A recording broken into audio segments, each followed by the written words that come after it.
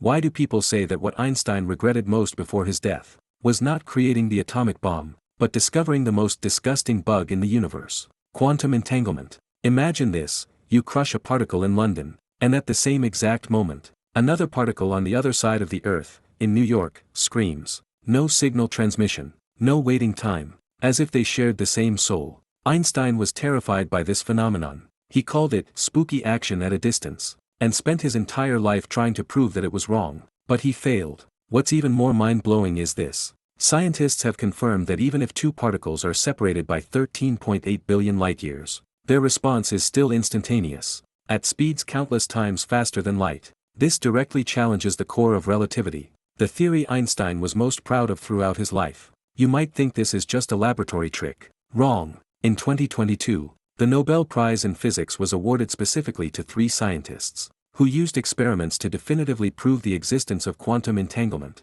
bringing this universe-level mystery into the public eye. Some scientists have boldly speculated that the true nature of quantum entanglement may be that the two particles were never separate objects at all. Imagine drawing 2 dots on a flat sheet of paper. To an ant living in a two-dimensional world, those dots seem impossibly far apart, but fold the paper, and the 2 dots instantly overlap. If this hypothesis is correct, does it mean the entire universe is a folded supersheet of paper, and we humans, living in 3-dimensional space, are like ants who can't see the truth? This sounds like something straight out of a science fiction movie, but physicists spent a full 80 years, using increasingly precise experiments, to shatter Einstein's doubts step by step. Every stage of this century-long showdown was filled with drama. In 1935, Einstein, together with Podolsky and Rosen, published a paper, proposing the famous EPR paradox. The logic was simple: if two particles can instantly synchronize after being separated, then either information is traveling faster than light,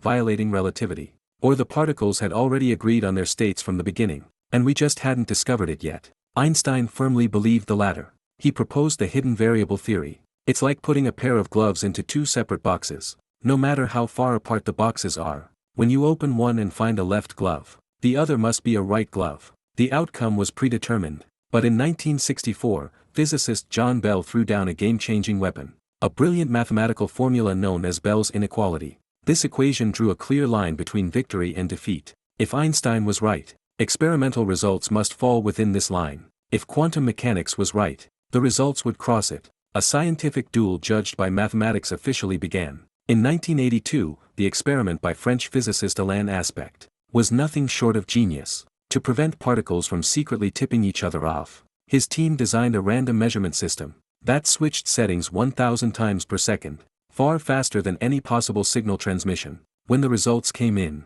the room fell silent. Bell's inequality was violated. Einstein's hidden variable theory was officially overturned for the first time. But scientists still weren't satisfied. What if the measurement devices had loopholes? And so began a 33-year race to close every loophole. In 2015, a team at Delft University of Technology in the Netherlands conducted a loophole-free Bell test. They placed 2 entangled electrons in separate buildings 1.3 kilometers apart. They not only blocked all possible communication channels, but also made the measurement timing completely random. The result was unsurprising.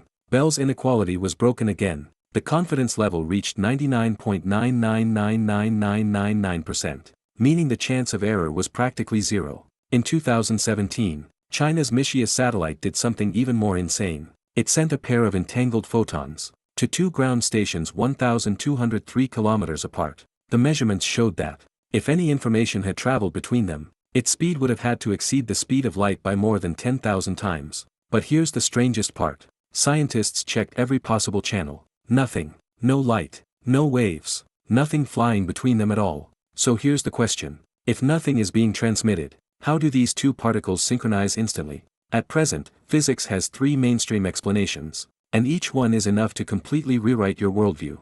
The first is called non-locality. It means that although 2 entangled particles are separated in space, at the quantum level they were never truly split apart. They are still parts of the same system. It's like taking the left and right earbuds of a headset and placing one in London and the other in New York. When you press pause on the left ear in London, the right ear in New York stops playing at the same time. But quantum entanglement is even stranger. Before you press the button, the headset is both playing and paused at once, until the moment you observe it, when its state is randomly determined. The second explanation is even crazier. It's called the many worlds interpretation. It says that every time a quantum measurement occurs, the universe splits into multiple parallel universes. In one universe, you measure spin up. In another universe, you measure spin down. All possibilities exist simultaneously, just in different branches of the universe. The third explanation, and the creator's personal favorite, is that space itself might be fake, and distance is nothing more than an illusion. At the quantum level, all particles may be connected,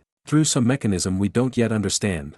Every pair of entangled particles could be linked by a tiny wormhole. If this is true, it means space is not a stage that exists before matter, but a byproduct of quantum entanglement itself. At this point you might ask, since quantum entanglement is so fast, can we use it for faster-than-light communication? Unfortunately, the answer is no, because you can't control the outcome of a measurement. It's completely random. You might measure spin up or spin down, each with a 50% probability. Looking at either side alone, the results are just a string of random numbers, with no meaning at all. Only when both sides compare their results using classical communication, does the magical correlation appear, but that doesn't mean quantum entanglement is useless. On the contrary, it's quietly changing our world. In 2017, China's Michia satellite achieved the world's first intercontinental quantum secure communication. China is now building a quantum constellation, planning to launch more quantum satellites in the coming years, to create a global quantum communication network and quantum computers.